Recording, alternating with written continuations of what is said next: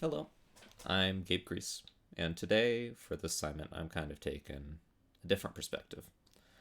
I've always been the contrarian, so whenever I hear anyone say something, I want to be the one who's pretty much like, ha, does that work? So I kind of want to be like, what's the biggest anti arguments to going to a more green solution? Um, Unfortunately, to my contrarian brain, and kind of fortunately for the planet, there aren't actually that many good arguments for not taking any steps to converting to green energy. But I was able to find a lot of reasons why we haven't switched to green energy yet, and kind of explore a lot of the problems that we have yet to overcome for making our economy more green. Okay, so let's get into it. First of all, the technological progress we have made. So, solar panels and wind are extremely cheap energy sources compared to what they were 10 or 20 years ago.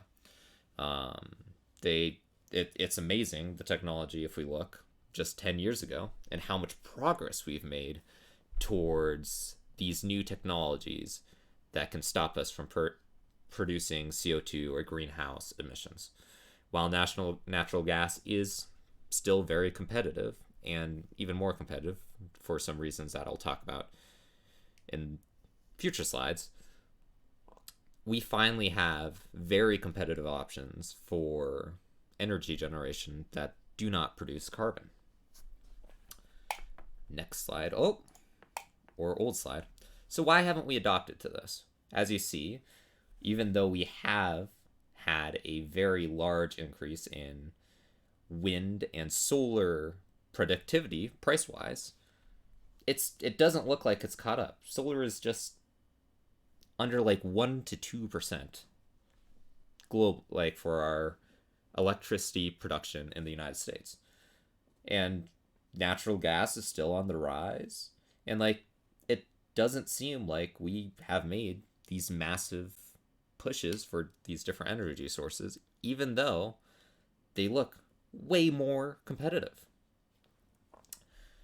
So let's answer that question. Why haven't we?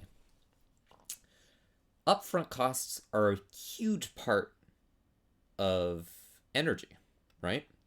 Making these giant nuclear or power plants, they cost a lot just to pour the foundation, build the build the special equipment. Sorry for that. And operate it. If there's a lot of old power plants that we have that are still running just because it's cheaper to refurbish them and reuse them than it is to build a whole entire new plant. Um, so even though it may look like solar and wind are outperforming on every single metric some of these power plants, that's not often the case. The other reason why we haven't seen such a upfront switch is because it is a little bit more expensive to switch to these systems. It's costly for nations to do that. And the benefit we see from carbing our emissions isn't often seen when other nations can just keep polluting and keep us on a very similar track that we would have been on even if we were polluting, because there's kind of a free rider problem where other nations can just be like, oh, thanks for reducing your emissions for us. How our country's going to go great, right? So, with those kinds of two problems where even though these power sources are produce cheaper generation, it might not produce cheaper generation with the increased starter cost that you need to build these plants, and because of the other free rider nation problem, it's very actually hard to adopt these renewable energies solutions. And then we kind of get into some of the hidden cost of renewable energy. This should be a common curve that you see if you're interested in renewable energy. It's the duck curve, right? Solar only goes so much time of the day, and while you can do other things to reduce them, it's super hard to actually implement. It's super expensive to actually implement these battery storage systems.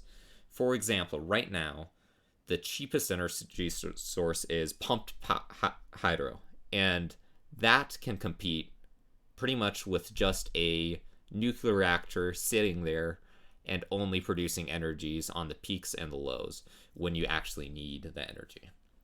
So I think it would be over here, because this is where you need increased generation, energy generation, because solar only happens certain times.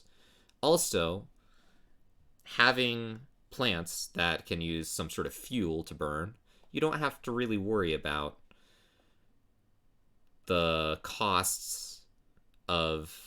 You don't have to worry about the down spikes. A plant might go out, but that's a lot less often than, oh, the wind isn't going as much or something like that. So often these plants can adapt to energy needs a lot quicker.